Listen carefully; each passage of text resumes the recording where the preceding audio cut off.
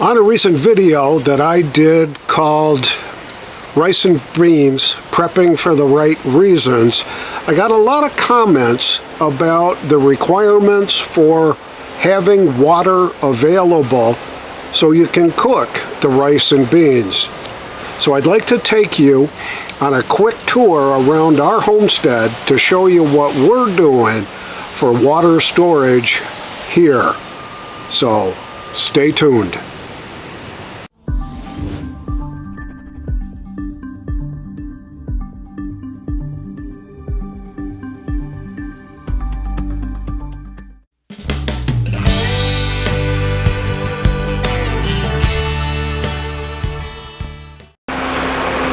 So one of the first things that we decided to do was capture some rainwater. And what I did, pretty simple technique, is I got one of these Tote diverters that I hooked up to our downspout from our roof. Down here, it's got a spigot end that comes out. Comes with these tubes that you can use to fill up your rain barrels. These are 55-gallon rain barrel drums that we got from Emergency Essentials. And we got two of them. There's one at this corner of the house and one at the opposite corner of the house.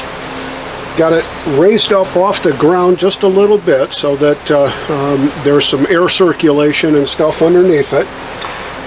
When you know it's going to rain and you need some water to fill this thing up, they're full right now. You just hook this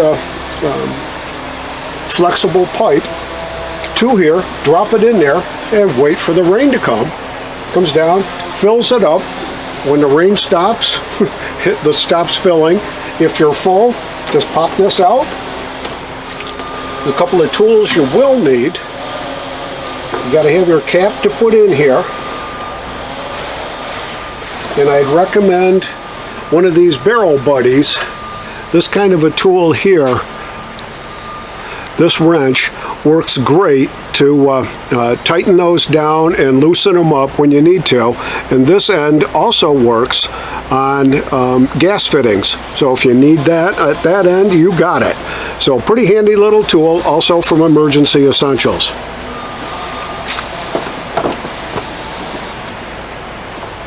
So just snug it down and you're done with that. Pop this off. These come with little red plastic stoppers that go in the diverter, and ended up having to go to Ace Hardware to get a regular cork. These are neoprene rubber corks that are the same size. These work a whole lot better. Those other ones were bright red color. They were thin plastic, and after a couple of seasons in the sunlight, they faded and started to leak and crack and all that. So we spent a couple of bucks and got some nice corks to stop them up.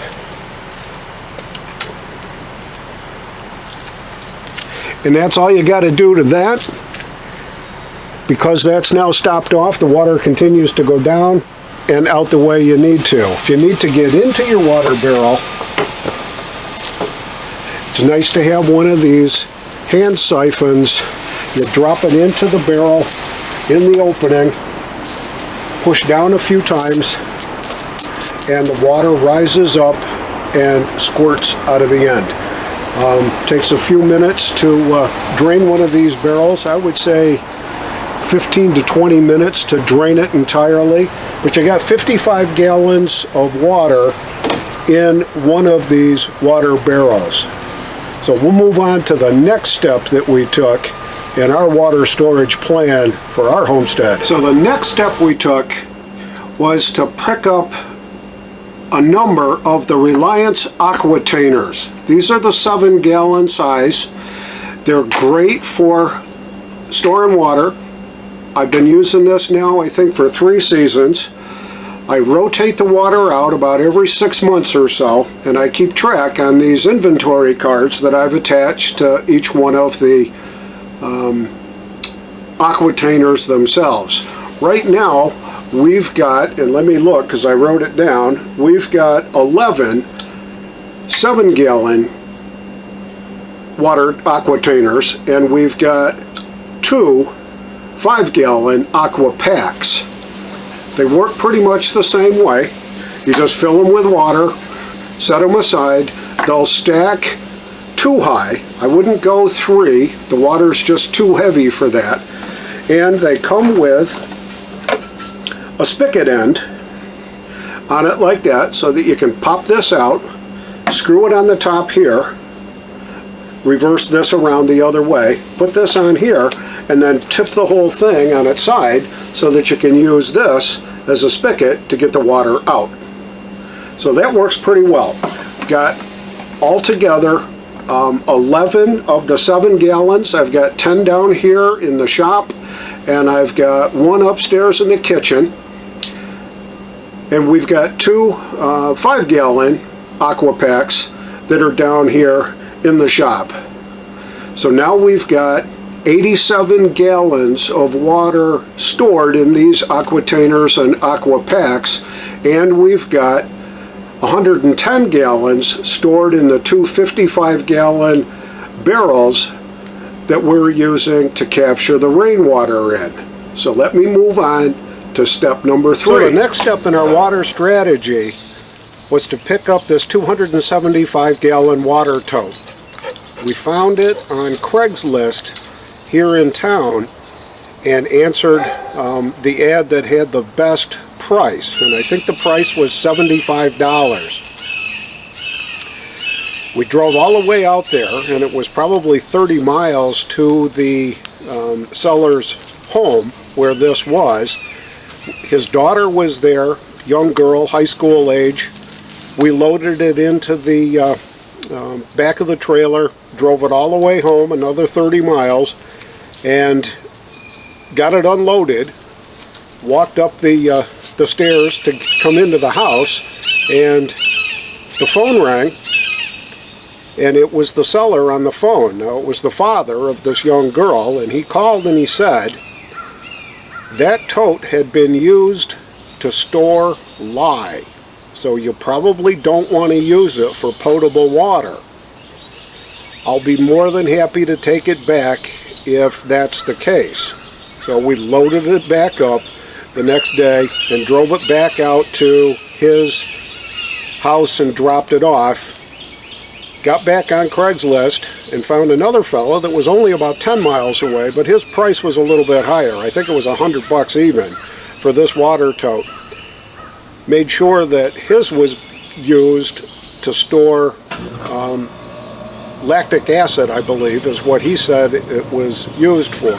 And they use that in making cheese and all that. So with a good rinse on the inside, you can get all that lactic acid out of there, and it can store potable water for a long time. Got it back to the house. We took the container out of the frame and wrapped it in black plastic. Now, the black plastic is supposed to retard the growth of algae that can accumulate in the water itself.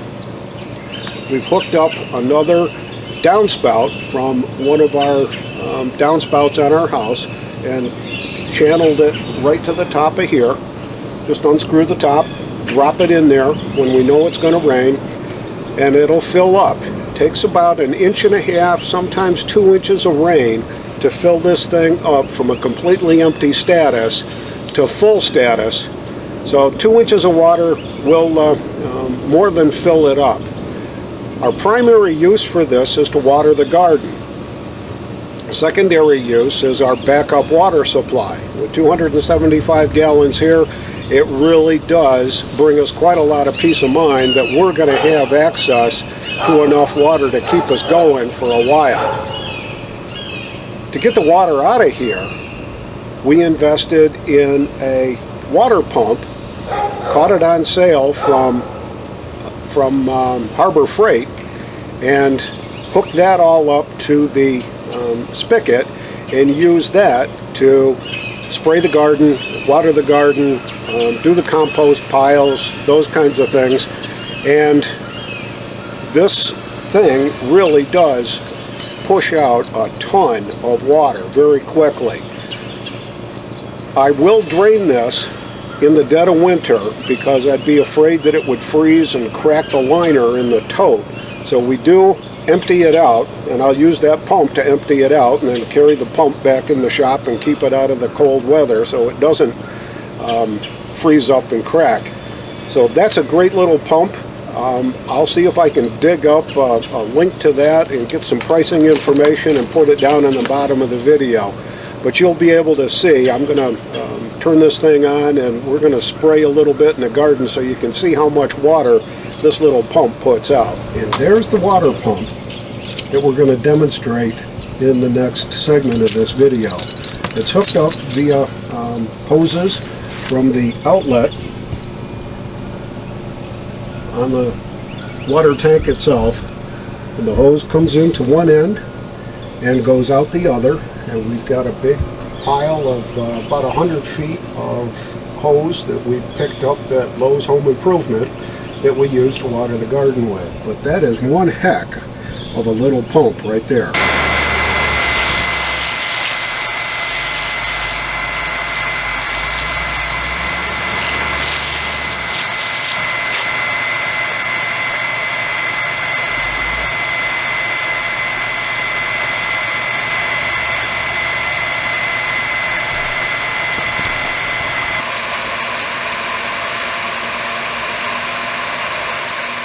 And this is the last and final leg of our water storage strategy here at the homestead. This is a Berkey Big Boy water filter, fully complete canisters. It's got 2 filters installed in it now. We've got 2 extras just in case. But after talking with the Berkey rep recently, we've discovered that these filters are going to last pretty much a lifetime, or at least as long as we're gonna be living. This thing will filter like crazy and make that water crystal clear. That canister right there holds 5 12-cup coffee pots full of water. It takes about 2 hours for that to filter through from the top canister to the bottom canister, and we've got water. So just to recap, water is absolutely critical. If the S hits the fan, water will be the primary concern for just about everybody. You're going to need water to keep clean. You're going to need water to cook with. You're going to need water for hydration. Water is absolutely critical. I'm hoping that some of the things that we've shown you that we've done here at this homestead with our water storage strategy and our plan will be helpful to you. You may not be able to do all of this. You may be able to do a lot more. But water is critical. We've got 477 gallons of water available to us right this minute. That's 238 and a half days for the 2 of us. Gallon a day is what the experts recommend per person, and that's pretty conservative, all things considered. When you consider you've got to bathe, you've got to drink, and you've got to cook. So I'm not sure that we've really got 238 days, but if it never rains again, we've got at least 200 days, and if it does rain and the rain isn't radioactive, we're going to have water. Now, to back that up, we're about 150 yards from maybe a 35 to 40 acre lake that's part of this development that we live in, and out back here is a stream, a small creek that runs on the back of the property, and out front is another stream that runs in the front of the property. So we've actually got a bridge over our driveway to get up to the house.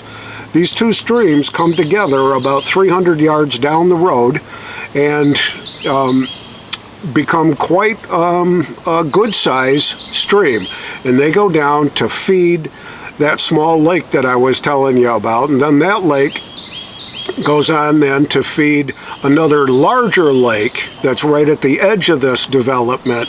And so it works out. We're going to have access to water here. So don't worry about me, worry about your accessibility to water where you are. This is the Prepared Suburbanite reminding you to be prepared always. Out for now.